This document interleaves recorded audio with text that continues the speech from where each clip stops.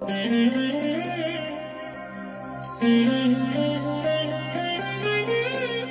దినం పరము నుండి దిగివచ్చు మాట.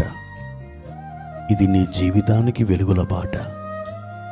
నీ ఒడిలో ఉంచబడిన దీవెనల మూట, అద్భుతాల ఆనంద ఊట. జూలై 22 సంవత్సరమంతా మీరు బైబిల్ చదివి ముగించడానికి ఈరోజు మీరు చదవలసిన లేఖన భాగము ఉదయం 31, 32 కీర్తనలు, సాయంత్రం అపోస్తుల కార్యములు 23వ అధ్యాయము 16 నుండి 35 వరకు. ప్రభునందు నాకు అత్యంత ప్రియమైన దేవుని బిడ్డలారా, ఈ ఉదయకాల సమయంలో దేవుడు మీకు తోడైనగాక. ప్రియ దేవుని బిడ్డలారా, రాత్రి చక్కగా నిద్రపోయి ఈ ఉదయం చురుకైన మెలకువ కలిగి ప్రభు సన్నిధికి వేగిరమే వెళ్ళి ఆయన సన్నిధిలో మోకరించి ప్రార్థన చేసి ఈ దినాన్ని మీరు ప్రారంభించారా? ప్రతిరోజు ఉదయం సూర్యోదయం ఎలా అవుతుందో, సూర్యోదయం అయితేనే ఒక ఉదయం అనేది ఏ విధంగా ఏర్పడుతుందో, మీ జీవితంలో సూర్యోదయం రావాలంటే దేవుని యొక్క సన్నిధిలో మీరు ప్రార్థించాలి, కనిపెట్టుకోవాలి, దేవుని వాక్యాన్ని చదవాలి, దేవునితో ఒక నిబంధన చేయాలి, ఆయనతో సమ్మతించి ఆయనతో కలిసి మీరు నడవాలి. ఆయన ఏది అసహించుకుంటాడో మీరు దాన్ని అసహించుకోవాలి. ఆయన దేనిని ఇష్టపడతాడో మీరు దాన్ని ఇష్టపడాలి. దేవుని యొక్క కనుసైగలు కూడా మీరు గ్రహించేంత వివేచన మీరు కలిగి ఉండాలి. ఆ విధంగా మీరు దేవునితో నడిచినప్పుడు ఈ దినములలో ఒక ఆధునిక హనోకు వలె మీరు మారతారు. అంత్యకాలపు హానోకుల వలె మీరు దేవుని కొరకు నిలబడగలుగుతారు, జీవించగలుగుతారు. ప్రియమైన దేవుని బిడ్డ, అట్టి నిబంధనతో నీవు జీవించాలని ప్రభు నీతో మాట్లాడుచున్నారు. ఈ పూట దేవుడిచ్చిన వాక్యాన్ని మనం చదువుకుందాం. హగ్గయి గ్రంథం 2వ అధ్యాయం 5వ వచనం. మీరు ఐగుప్తు దేశముల నుండి వచ్చినప్పుడు నేను మీతో చేసిన నిబంధన జ్ఞాపకము చేసుకొనుడి. నా ఆత్మ మీ మధ్యన ఉన్నది గనక భయపడకుడి. మొట్టమొదటిగా మనం ఆలోచిస్తే దేవుడు నిబంధన చేసే దేవుడు. అంటే మన దేవుడు నిబంధన దేవుడు. ఆయన నిబంధన చేస్తాడు. నిబంధన ఎప్పుడు చేస్తారు? ఇద్దరు వ్యక్తుల మధ్య ఒక అంగీకారం, ఒక ఒప్పందం కుదిరినప్పుడు, పలాని విషయంలో వారు ఒప్పుకోలు చేసినప్పుడు దాని గుర్తుగా ఒక నిబంధన చేస్తారు. ఆ నిబంధనలో ఏ ఒక్క వ్యక్తి అయినా అతడు వెనకకు జారిపోయినట్లయితే, ఆ నిబంధనను అతిక్రమించినట్లయితే ఆ నిబంధన భంగమైపోతుంది. ప్రియ దేవుని బిడ్డ, దేవుడు మనతో చేసిన నిబంధన బైబిల్ గ్రంథంలో ఎన్నో ఉన్నాయి. మీరు ఆ నిబంధనని, దేవుడు నాతో చేసిన నిబంధన అని భావించి నమ్మి ఆ నిబంధన మీరు స్వీకరిస్తే ఆ నిబంధన మీ ఎడల దేవుడు సంపూర్ణంగా నెరవేరుస్తాడు. ఈ వచనములో 2వ భాగం ఇలా ఉంది. నా ఆత్మ మీ మధ్యన ఉన్నది గనక భయపడకుడి.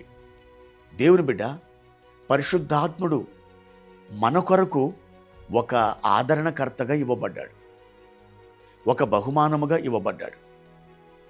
యేసు ప్రభువారు ఈ లోకానికి వచ్చారు, మన కొరకు శిలువలో బలి అయ్యాడు, రక్తం కార్చాడు, ఆయన సమాధి చేయబడ్డాడు, 3వ దినాన్ని తిరిగి లేచాడు.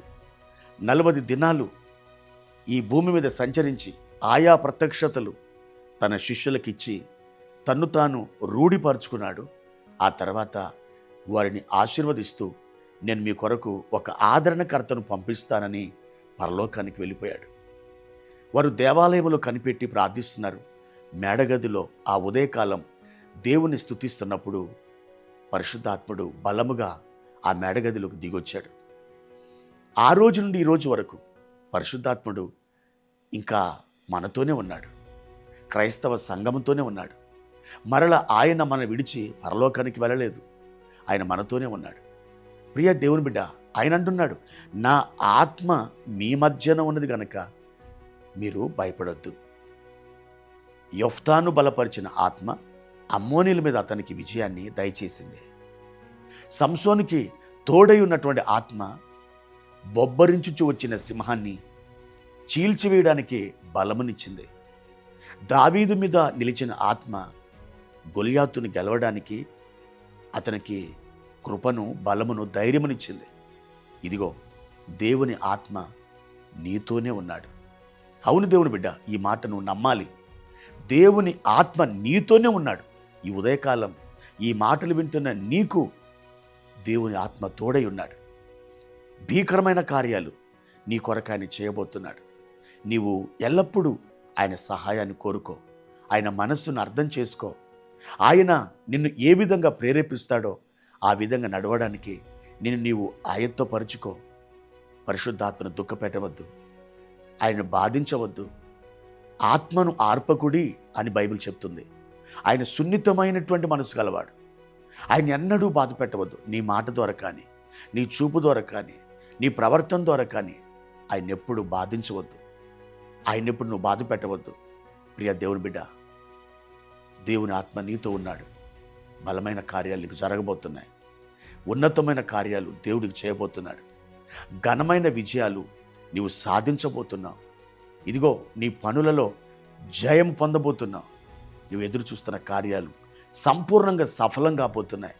నీ పక్షంగా దేవుని ఆత్మ నీకు ముందుగా సాగి వెళ్ళి మెట్టలను, గుట్టలను, పర్వతాలని ఆయన పడద్రోసి వాటిని మైనం వలె కరిగించి నీకు మార్గాన్ని సుగమం చేయబోతున్నాడు. ధైర్యం వహించు. ఆయన మార్గంలో నడుచుకోవడానికి తీర్మానంతో సాగి వెళ్ళు. దేవుడు నిన్ను బలపరిచి వర్ధిల్ల చేయనుగాక.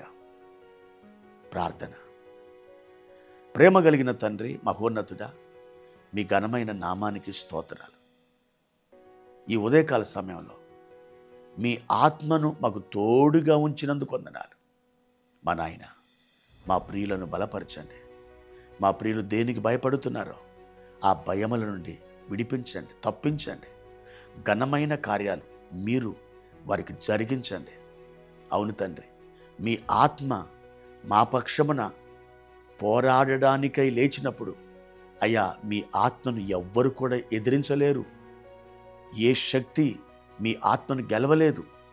ప్రియ పరిశుద్ధాత్ముడా, మా కొరకు మీరు పోరాడి యుద్ధము చేసి గొప్ప విజయం దయచేయమని మీ పైన ఆనుకొని మీ తట్టు తేరు చూస్తూ ఈ ప్రార్థన మేము చేస్తున్నాం.